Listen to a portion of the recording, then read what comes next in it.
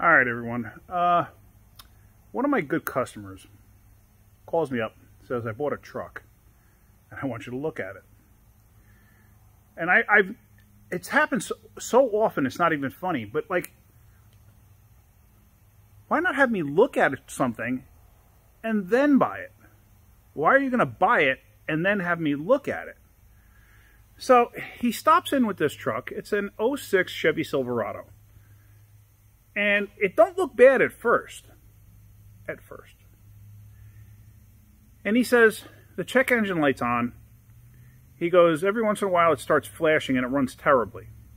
So I'm thinking misfire. So, you know what? Let me show you the codes. Hang on a second. Because here's the truck. It's up in the air. And it's got some like oversized tires on it. These tires are actually way too big for the truck. Let's see.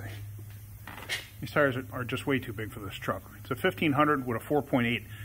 At first I thought it was a 2500 when he pulled in, but it's not. It's only a 1500. All right, so let me let this thing down. I'm going to show you all the codes. All right. So here's the truck. It doesn't look bad, right? So I'm walking by it. And there, it's got a pretty big hitch for a 1500. Shouldn't have a hitch that big on there, but okay, whatever. Yeah, and one of the things I noticed was that. Okay, so the top of the bed's rotted out. Whatever, not a big deal. So, let's go inside. Let me shut my light off here. Turn the key on. And here's the codes. And it's a ton of O2 codes. O2 code, O2 code, O2 code, O2 code, O2, O2. Okay?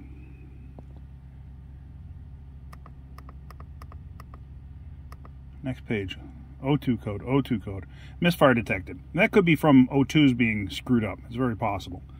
And then evap system, vent control circuit low.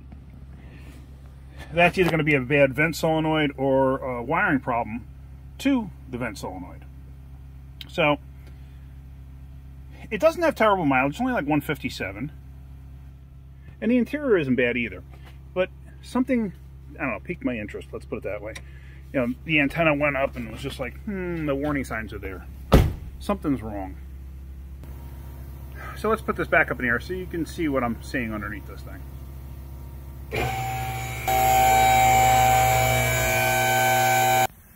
Now, one thing I noticed in the paint, and I don't think you could see it through the video, unfortunately, because of my lighting in here, there's swirl marks everywhere. And you can see the edge here. You see that? There's filler in here. There you can actually see some of the orange peel there. But there's swirl marks and sand marks and everything else. The whole side of this thing is like this. Both sides. Okay, let's continue. So then the next thing I notice, okay, rocker panels don't look bad. Or rockers, whatever you want to call them. Notice something? Notice how this is bulging out? That's fiberglass.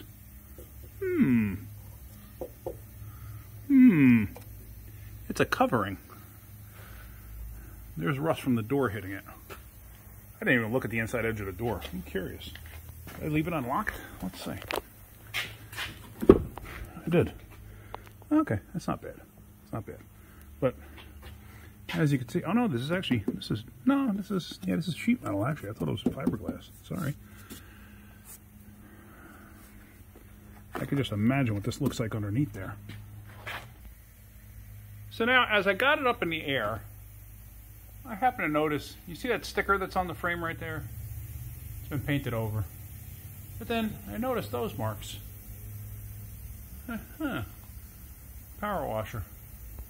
Okay, no big deal. Power washer. I noticed the paint on the springs. Look at that Bondo work. Isn't that special? Now,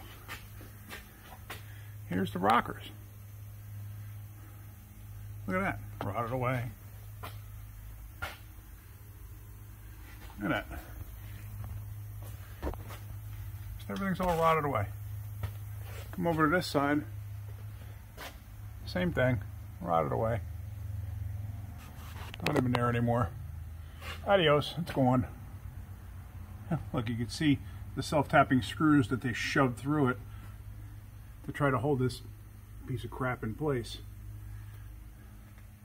So it gets better though. It gets better. So then I happen to come back here and oh yeah, there's a section of the frame right there. Here's a rear shock cross member. You guys saw I made a video on replacing one of these because it just completely rotted away. Now, let's see, what else was it? Oh yeah, you're gonna love this. A beautiful sky tonight. All right, there's this trailer hitch. Check this out. So, not even attached to the bumper. So that tells me it's bent. And if you look, you can kind of see that this has been kinked, right? See what I'm talking about? It looks like it had a bend to it, a kink to it. All right, that's great. There's a kind of rot hole in it right there. Okay, yeah, that's safe for towing, right? Look at those ears. You see how bent they are? Kind of hard to tell from a video.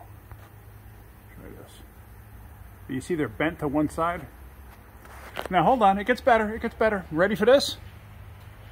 Bum bum bum! Look at that. Look at that. What on earth is that? What is that? And it's attached to a rotting section back here. Talk about unsafe. Now, there again, like when I started this video. Oh, actually, let me look at the cab corner over on this side. Oh, man, yeah. Picasso hard at work, or whoever the sculptor was, Michelangelo. I have no idea. Not into that stuff. I sound like a dope, don't I? Anyway. All right, so I figured we're going to have brake lines that were installed by somebody else. Okay, not bad, not bad. Got unions in place. Got unions in place, let's see. And then we got a compression fitting. You're not supposed to use compression fittings. Compression fittings are dangerous on brake lines. And that, if I'm not mistaken, is the main line from the master on down to the ABS unit, which is right there. And then somebody cobbled in a adapter in there. And look, somebody actually wire wheeled the frame and the fuel lines. Ugh, I tell you. So anyway, back to what I was saying. If you're going to buy a vehicle, used vehicle, have it checked out before you buy it. We get it all the time, or at least I have. This is probably the second person in 2 or 3 months that has come to me and said, hey, I want to buy this vehicle, or I'm sorry, hey, I already bought this vehicle. Can you tell me if I made a good purchase? Why not bring it to me beforehand? I had a customer stop in yesterday saying that he wanted to buy this truck. It was a diesel truck. He showed me pictures of it. I said, why don't you bring it up here? Let me look at it first before you buy it. So he says, oh, well, the guy wants me to buy it first. Well, if he won't let you take it up for me to look at, don't buy it. I don't care how good the deal is. Something's wrong. If he, tell the guy to bring the vehicle to me. Yes, the guy's 25 miles away. Okay, so pay him $100 or something like that. You know, I don't know. Get him to bring it up here. If he's not willing to bring it up here, something's wrong. Whatever. Anyway, so that's, I'm just trying to look out for you guys. Just, you know, try to use your head when you're buying a used car. This way you don't get ripped off. Unfortunately, what is this guy going to do? It's his now. If you're getting anything out of my videos, hit the like button. If you could, please subscribe. That's about it. Have a great night. Keep wrenching.